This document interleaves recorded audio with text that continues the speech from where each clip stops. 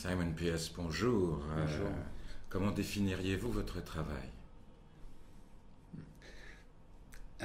Mon travail, enfin, je travaille dans les textiles.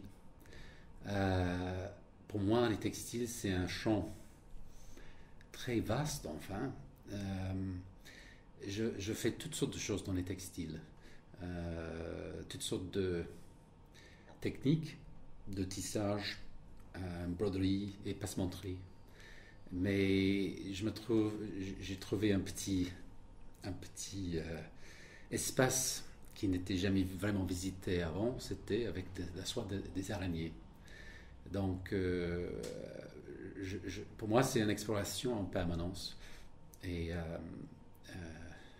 ça me donne énormément de plaisir de faire comme ça. Et chaque jour, je ne sais pas qu'est-ce que ça va m'apporter, mais il y a toujours des nouveautés et une aventure en permanence. Est-ce que ce n'est pas un intérêt un peu égoïste? Est-ce qu'il y a des débouchés pour la soie d'araignée? Est-ce que ce n'est pas quelque chose d'un peu compliqué et délicat? L'histoire de la soie d'araignée, c'est une manière, oui, on peut dire que c'est un peu égoïste. Mais c'était un défi qui se présentait et difficile à ignorer. J'habite à Madagascar depuis 24 ans et c'était une histoire qui m'a travaillé à la tête un peu depuis que j'ai entendu les premiers bruits sur ça. Et donc, oui, de cette manière, c'était une aventure au début tout à fait égoïste, oui, mais enfin, ça a devenu une grande équipe et énormément de gens qui étaient impliqués dans cette histoire. Donc, et c'était une histoire où, enfin, tout le monde qui était impliqué a vraiment trouvé un bonheur et c'était une sorte de merveille d'être impliqué dans cette histoire pour tout le monde. Est-ce que vous diriez que ça participe à une métamorphose de la société malgache? Métamorphose de la société malgache. Ça c'est très grandiose à dire. Ça apporte quelque chose pour Madagascar, certainement. On avait fait quelque chose qui a attiré l'attention sur un pays qui est extraordinaire, exceptionnel et différent.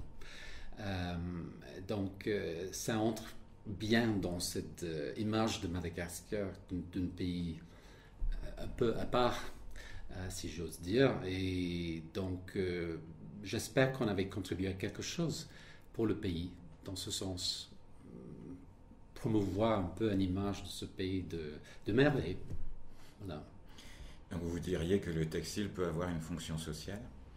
Non, ça n'a pas une fonction sociale.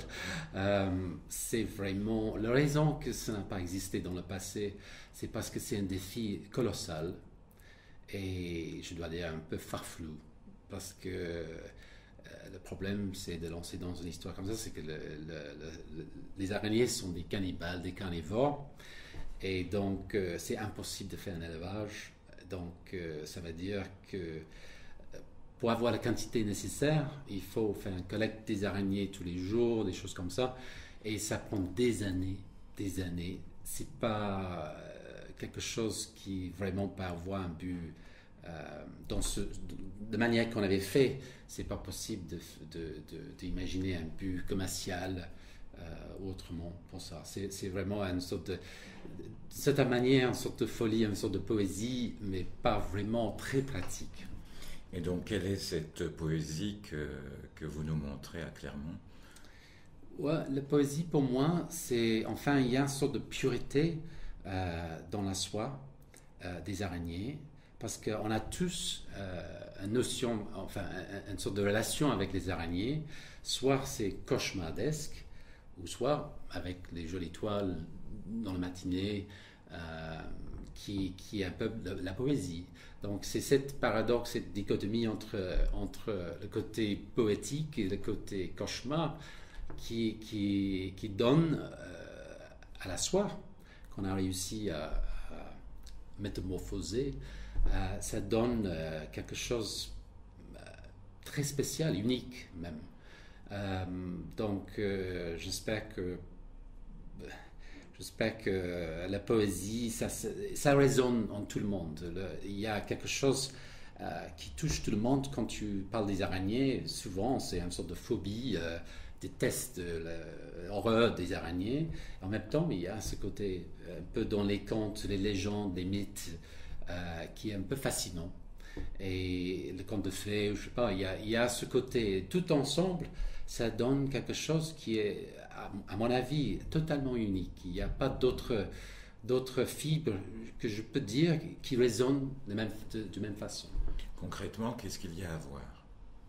À Clermont-Ferrand, il y a un tissu, c'est assez simple parce qu'enfin c'était un expériment, c'était une expérimentation et on avait fait pendant une période de 8 ans avec mon partenaire, M. Godley, Nick Godley, on avait fait 4 tissages enfin. Il y a 2 grands tissages et puis il y a 2 plus petits qui étaient plutôt des essais. Et c'est un de ces essais qui est exposé ici à Clermont-Ferrand. Et enfin, on n'avait pas fait ça, on n'a pas répété cet expériment ailleurs. C'est avec des fils très très fines. Chaque trame et chaîne dans la tête, dans le travail, c'est fait de 24 fils d'araignée. Donc quand on prend de 24 fils, ça flotte dans l'air. Et c'est un peu la magie là. Et c'est très simple, mais c'est une sorte de châle, si on veut, et c'est d'une couleur de l'or. Mais je crois la simplicité, la légèreté, ça se voit quand on regarde le textile, et j'espère que ça va toucher tout le monde quand il regarde ça. Un vrai travail de Pénélope. Donc une dernière question, qu'est-ce que vous rêvez de pouvoir réaliser que vous n'avez pas encore réalisé? Avec les soies d'araignée. Bien entendu. Pour le moment, je crois que les 2 grandes pièces qu'on avait fait, c'était basé sur des textiles d'une tradition malgache, qui était le premier vrai défi qu'on avait réalisé. Et le deuxième on avait une idée de faire quelque chose qui la notion de l'idée d'emballer le corps avec la soie d'araignée, ça a des implications, des choses qui sont un peu extraordinaires, je crois, un peu comme l'araignée qui emballe le poids dans la soie et tout ça. Donc on avait fabriqué un cap. Donc ça, pour nous, c'était un peu le summum, les 2 choses qu'on a voulu vraiment créer étaient déjà faits.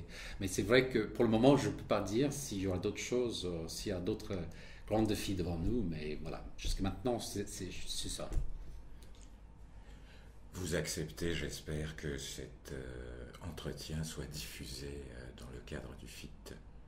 Ah oui, avec plaisir, avec grand plaisir. J'espère que les gens peuvent venir voir enfin toutes les choses dans l'exposition et regarder la soie d'araignée et être ému un peu par quelque chose si extraordinaire parce qu'on ne voit pas ça nulle part ailleurs. Merci.